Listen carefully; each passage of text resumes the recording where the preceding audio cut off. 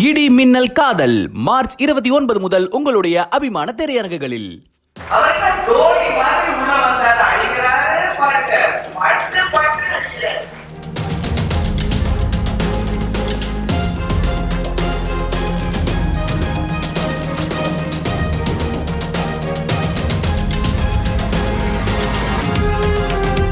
சிவகாசியை அடுத்த திருத்தங்கலில் நடந்த தேசிய ஜனநாயக கூட்டணி கட்சிகளின் நிர்வாகிகள் ஆலோசனைக் கூட்டத்தில் விருதுநகர் நாடாளுமன்ற தொகுதி பாஜக வேட்பாளர் ராதிகா மற்றும் நடிகர் சரத்குமார் பங்கேற்றனர்.